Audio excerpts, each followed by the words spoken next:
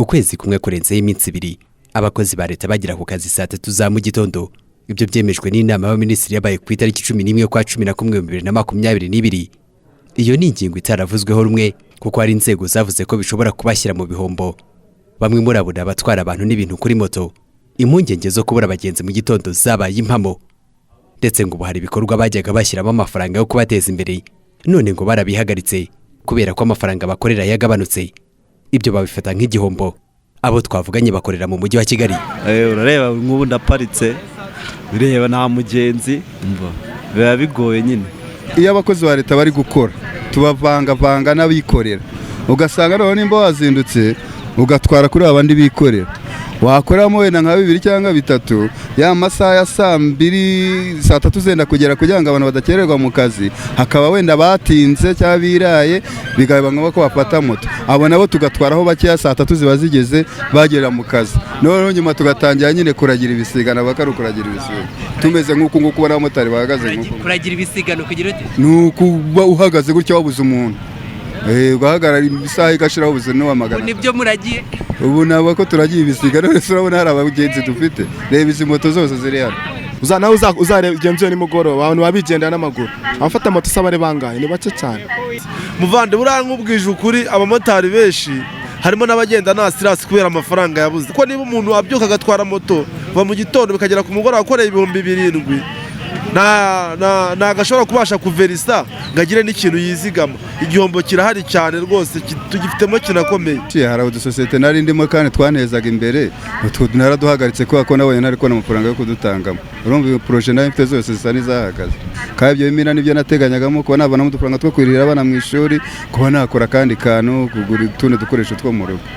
Ubwo rero bisa n'ibyahagaze.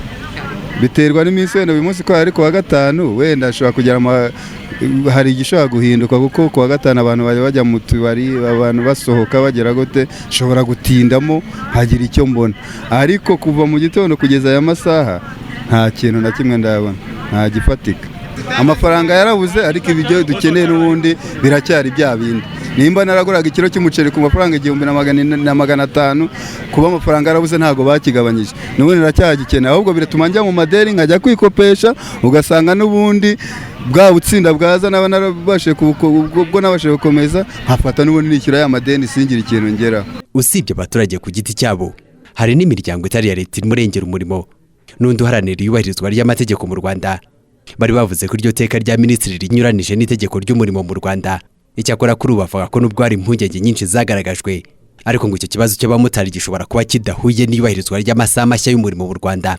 Bwana Mirimo Germain ayobora umuryango utari wa leta urengera umurimo mu Rwanda. Icyo navuga cyo nuko kugeza no munota ku masaha y'akazi kubyerekeranye n'abamotari ntabwo mbona ko ari cyo cyabagezeho ingaruka, ahubwo bagirwaho ingaruka n'izindi ngamba zaba ziri mu kazi bakora. Ahubwo bigaragara neza ko mu gitondo ku masaha yo kujya ku kazi ariho haba hari urujya n'uruza, abantu babyigana, abandi bajya mu imodoka zabaye nke mu muhanda.